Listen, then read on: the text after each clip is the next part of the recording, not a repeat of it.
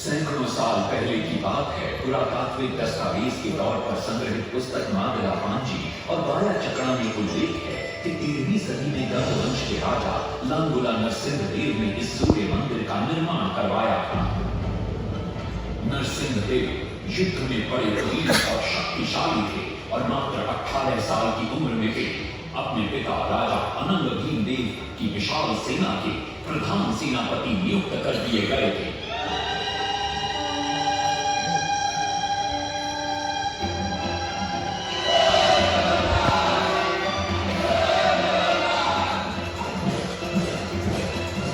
सेनापति बनने के बाद नरसिंहदेव ने अपने कुशल नेतृत्व से दक्षिण के कई आक्रमणकारी राजाओं को युद्ध में हराया।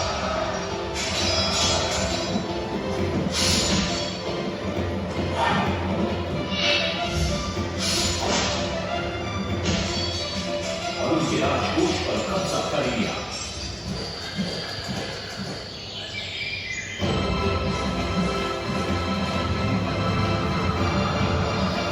तत्पश्चात उन्होंने विजय पूजा, जिसे आज हम वारंगल के नाम से जानते हैं,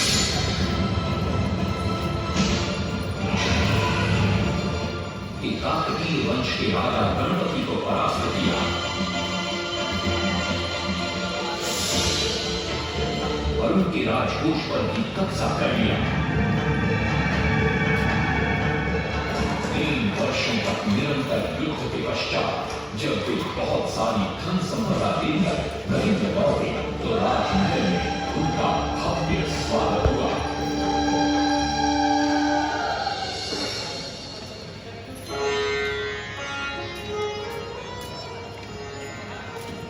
राजमाता कस्तूरी देवी पुत्र नरसिंहदेव की वीरता से बहुत प्रसन्न हुई और पुत्र के सामने अपने मन की इच्छा प्रकट की। कहा, तुम्हारे पिता ने शंख क्षेत्र पुरी में भगवान जगन्नाथ का भव्य मंदिर बनवाया है। मैं चाहती हूँ कि तुम पद्म क्षेत्र कोणार्क में उससे भी भव्य और विशाल सूर्य मंदिर बनवाओ। किंतु नरसिंहदेव माता से प्रति प्रश्न करते, सूर्य मंदिर ही क्यों, और वो भी कोणार्क में? तब राजमाता कस्तूरी देवी बतलाती, द्वापर युग में भगवान श्री कृष्ण के पुत्र सांब बड़े ही सुंदर और सुकुमार थे। वो नारद मुनि को चिढ़ाया करते थे। एक दिन नारद मुनि ने सांब को सबक सिखाने की योजना बनाई और उन्होंने सांब की सुंदरता की प्रशंसा कर उन्हें गोपियों के साथ जल क्रीड़ा करने को उकसाया।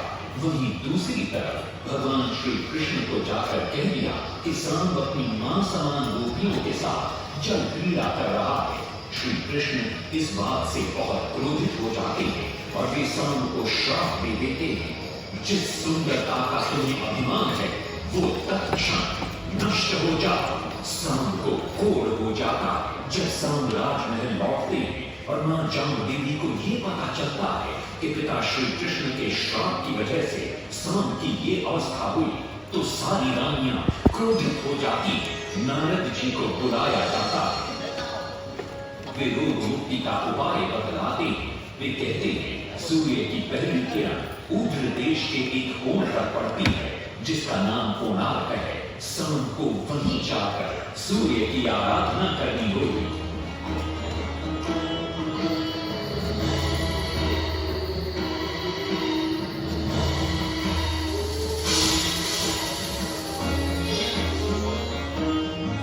लंबी और कठिन यात्रा के पश्चात सांब अपने सैनिकों और सेवकों के साथ कोणार्क की चंद्रभागा नदी के तट पर पहुंचते हैं और नित्य प्रातः स्नान के बाद सूर्य की आराधना आरंभ करते हैं।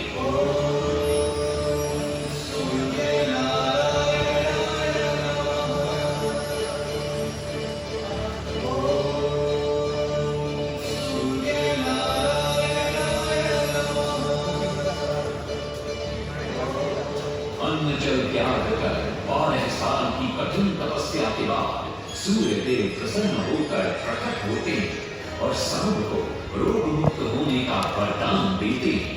पुत्र, आज रात्रि के चतुर्थ प्रहर में स्नान करते समय नदी के तल में तुम्हें एक वस्तु मिलेगी, वो मेरा ही प्रतिरूप होगी। उसका स्पर्श पाते ही तुम इस कोढ़ रोग से मुक्त हो जाओगे।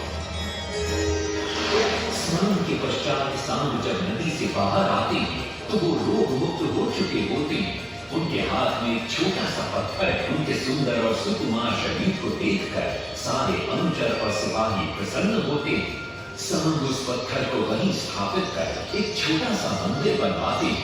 लेकिन जब उन्हें ज्ञात होता है कि सूर्य पूजा का विधि विधान यहाँ किसी को पता नहीं है तो वे चिंतित हो जाते हैं। वे ध्यान में बैठते हैं। सूर्य देव पुनः प्रकट होते हैं और सांब के पूछने पर बतलाते हैं कि दूर पश्चिम में साक्य देश के माता ब्राह्मण पूजा की विधि विधान जानते हैं। सांब साक्य देश की ओर निकल पड़ते हैं जो आज का ईरान है।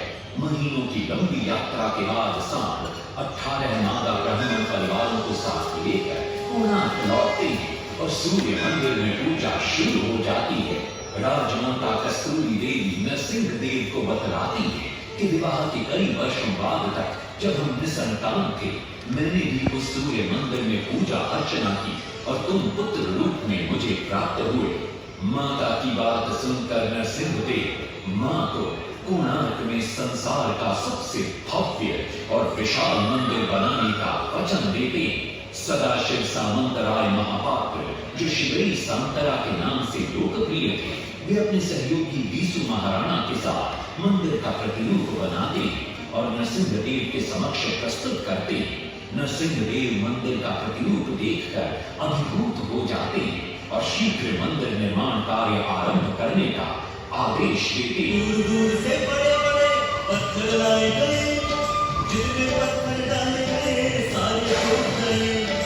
आपने तो डाला उसमें डाल गए, नहीं पता डाला सारे टूट गए। सिर्फ सांतरा हुए परेशान, किसी विधि मंदिर बने। सिर्फ सांतरा हुए परेशान, किसी विधि मंदिर बने। एक दिन वे चिंतामग्न कोणार्क लौट रहे थे, तभी उन्हें प्यास महसूस हुई।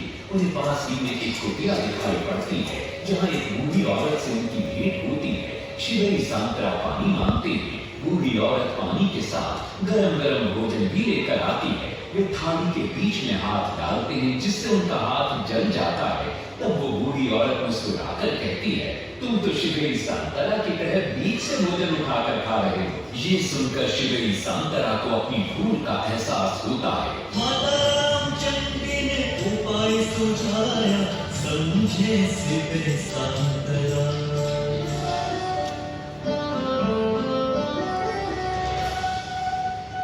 तत्पश्चात वो किनारे से पत्थर डलवाना शुरू करते हैं और मंदिर निर्माण का कार्य तेजी से आगे बढ़ने लगता है। 1200 शिल्पियों ने 12 कष्ट मंदिर बनाया। घोड़े साथ सजा कर रथ में समय का चक्र बताया।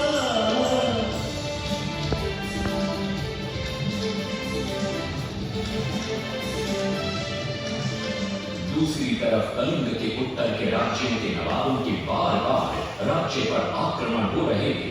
इन आक्रमणों से क्रोधित होकर नरसिंह देव अपनी विशाल सेना को लेकर युद्ध के लिए निकल पड़े।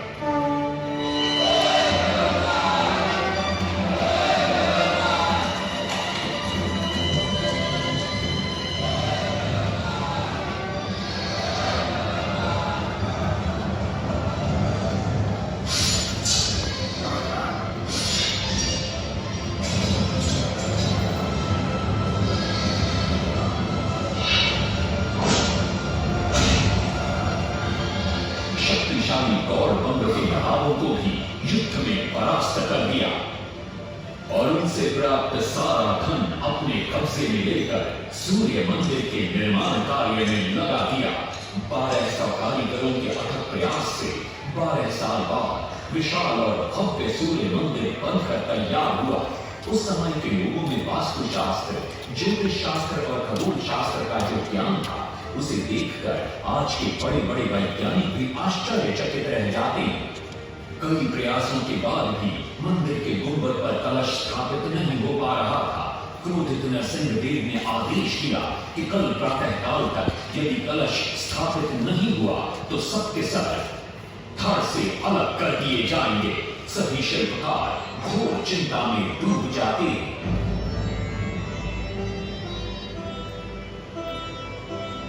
दूसरी तरफ मुख्य शिल्पकार बीसू महाराणा का 12 साल का बेटा धर्मपद सूर्य मंदिर के प्रतिरूप पर कलश बिठाकर प्रसन्न होता है और मां के सामने अपने पिता से मिलने की इच्छा व्यक्त करता है। मां अपने बागीचे के पेड़ पोटली में बांध कर देती है और कहती है, अपने कुत्ते बलिया को साथ लेकर कोणार्क जा।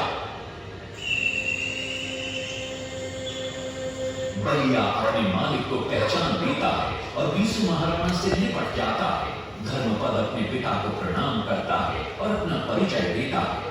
सबको चिंता में देखकर वो अपने पिता से इसका कारण पूछता है। कारण जानकर धर्मपद कहता है, अगर आप आज्ञा दें तो मैं मंदिर के गुंबद पर कलश स्थापित कर सकता हूं। शिवे सांकरा धर्मपद को अनुमति दे देती। धर्मपद गुंबद पर चढ़ जाता है और कुछ ही समय के प्रयत्न के पश्चात वो कलश को स्थापित करने में सफल हो जाता है। गुंबद पर कलश स्थापित होते नीचे गर्भगृह में चारों दिशाओं में लगे चुंबकों के आकर्षण से सूर्य महाप्रभु की मूर्ति शून्य में स्थापित हो जाती है। सब धर्मपद को कंधे पर बिठाकर खुशी से नृत्य करने लगते हैं। तभी कुछ कारीगर इसका विरोध करते हुए कहते हैं, अगर सुबह राजा को ये पता लग गया कि इस बच्चे ने कलश को स्थापित किया है तो किसी का बचना संभव नहीं है, इसलिए धर्मपद को मरना होगा। इस बात से शिवे सांकरा